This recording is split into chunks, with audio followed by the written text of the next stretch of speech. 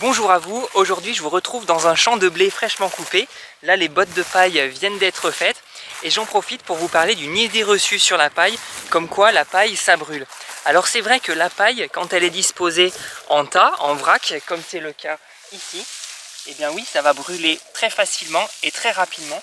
Pourquoi? Parce que là, au milieu du tas, entre toutes ces brindilles, on a plein d'air et donc l'air en fait, il contient le comburant qui va alimenter le feu, c'est l'oxygène. Donc là, effectivement, oui, ça va brûler très facilement.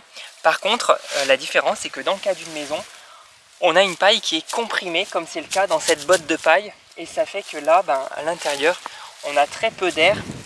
Et donc, si on met le feu à cette botte de paille, effectivement, toutes les petites brindilles, là, elles vont brûler.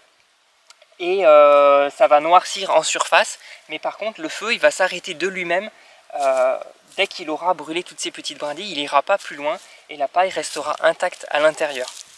Alors ce qu'il faut considérer aussi, c'est que à l'échelle d'une maison, donc là on va mettre de la paille en guise d'isolant donc à l'intérieur du mur, mais on va avoir un revêtement côté extérieur et côté intérieur. Donc à l'extérieur, on aura par exemple un enduit en terre ou un bardage en bois, et puis à l'intérieur, classiquement, on met une plaque de plâtre. Donc ça va faire un revêtement qui va retarder la prise de contact du feu avec la paille. Et un test a été fait à l'échelle d'une maison. Donc ce qu'ils ont fait, c'est qu'ils ont créé un prototype d'une mini-maison avec une ossature bois, une isolation en paille et une plaque de plâtre côté intérieur. Et donc ils ont aménagé l'intérieur comme si c'était un cas réel, un canapé, une étagère, des petits objets.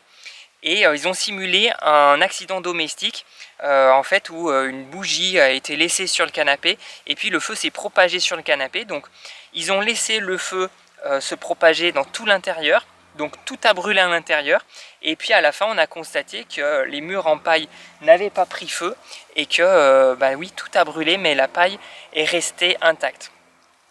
Donc voilà, je vous mets le lien dans la description si vous voulez aller voir ce petit test.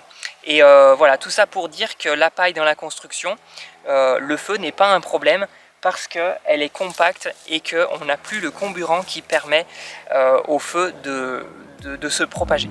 Voilà pour aujourd'hui, je vous souhaite une très bonne journée, je vous dis à bientôt, ciao.